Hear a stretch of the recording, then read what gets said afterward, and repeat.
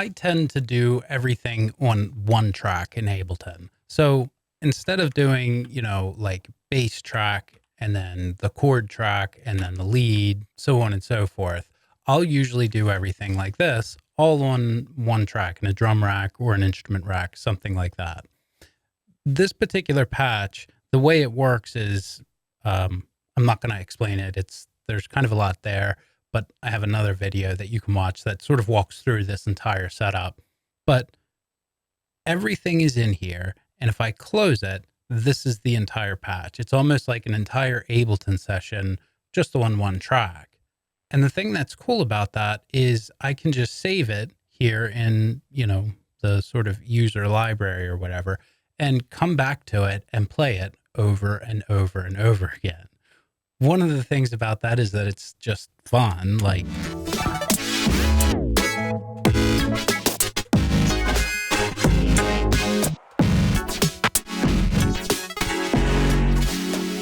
but the other thing is there's a lot of different ways that you could play that. So that was one way.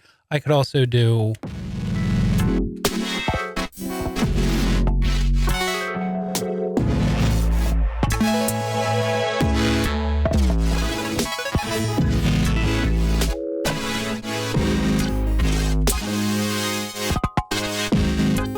or like maybe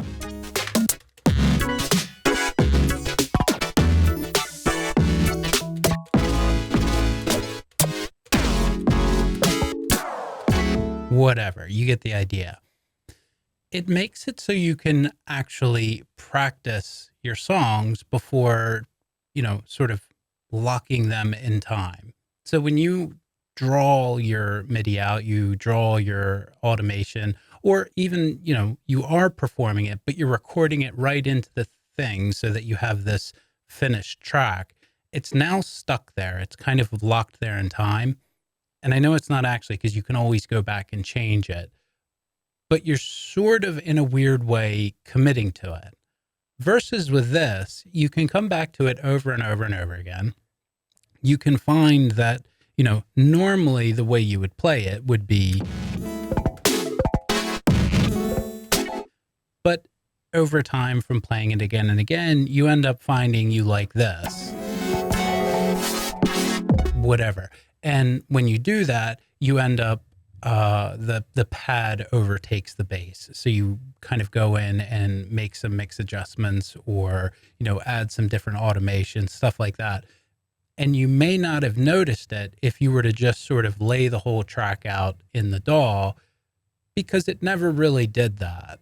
And then even if you're not actually performing it, you can still do the same idea just with MIDI. So for example, let's see what this sounds like.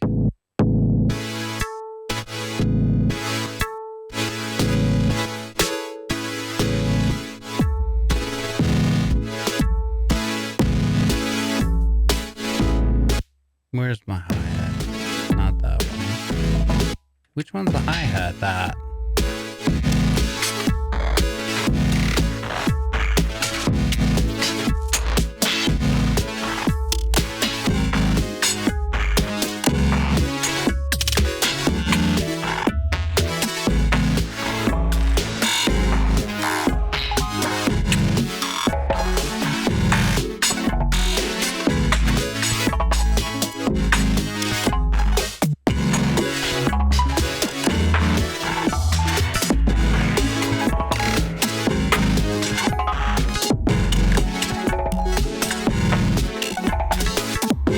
So, again, like, not to say that this necessarily sounds better than performing it or anything like that, but you're sort of able to just freely explore with just drawing in MIDI notes in a very simple way.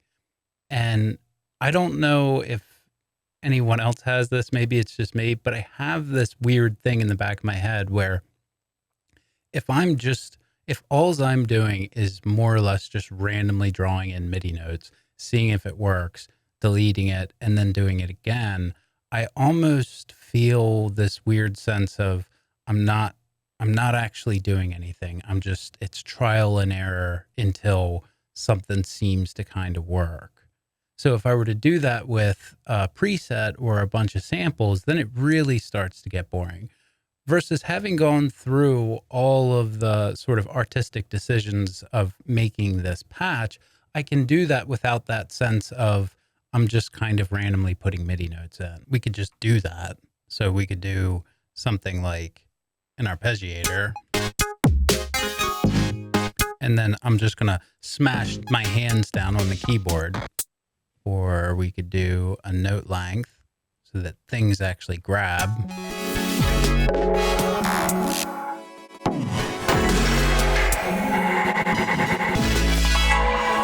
We could group this and duplicate it. We'll put this on random and this on random other. Maybe this one 8, this one 16 with a shorter.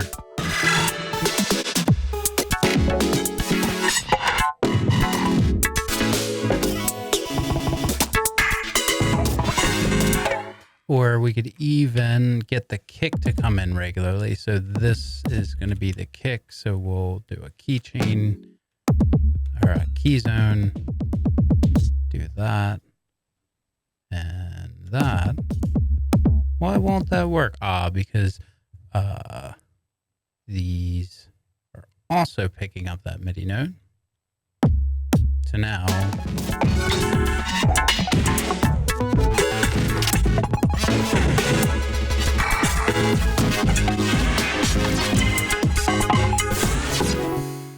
all this random sort of stuff. And you're doing it without actually kind of going into the sound design side of your brain. So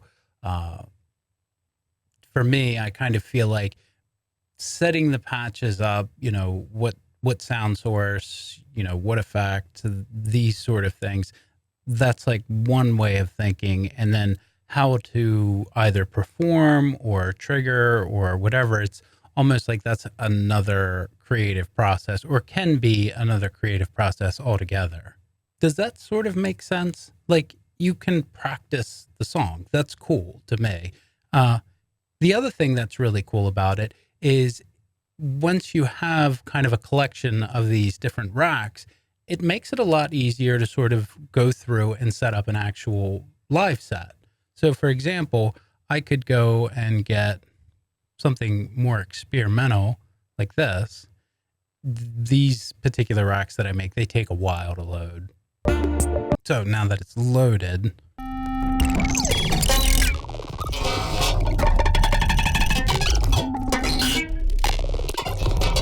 there's a bunch of different ways you could go about doing this. The way I do it is I use a sequential switch that I made. I'm going to put this on a separate track. And I'm going to turn this one on. So the way this works, if I send it a MIDI note, it does the sequential switch. You can download this for free on my Patreon. It's very simple. I'm going to map this to here. And I think I need to turn this off first. And then I'll map this one to here.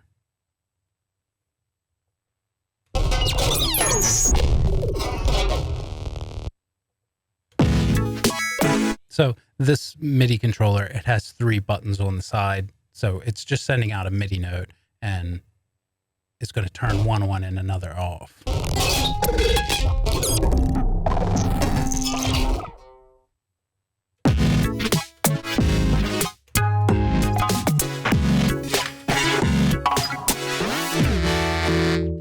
But the other thing that's kind of cool is since you just have all of these different little modules that you can bring in and just start playing, maybe something happens where you accidentally have both of them turn on at the same time. So we'll turn this one, we'll turn this on.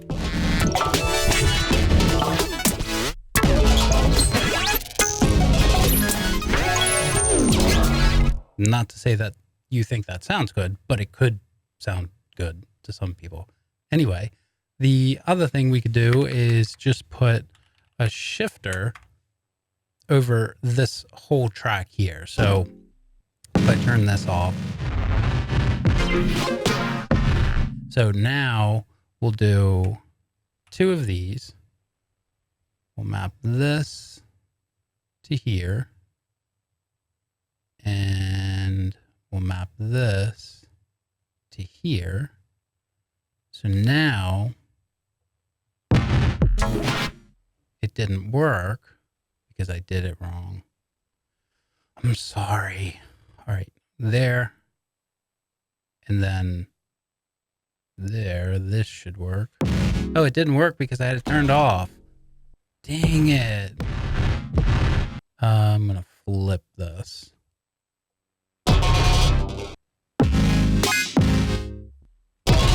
Yeah, so now we kind of have this crazy experimental drop.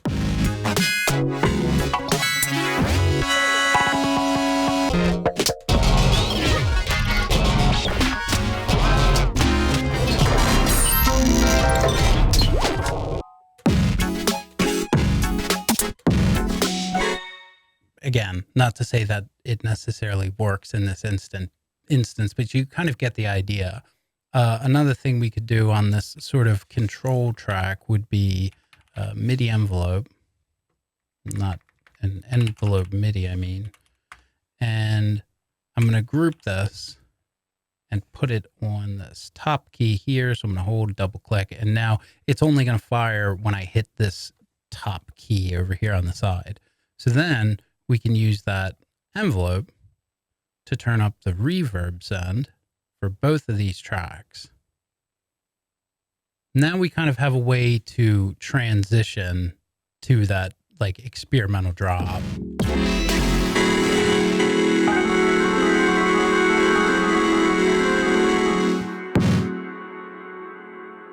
Are they at 100? There. Like this.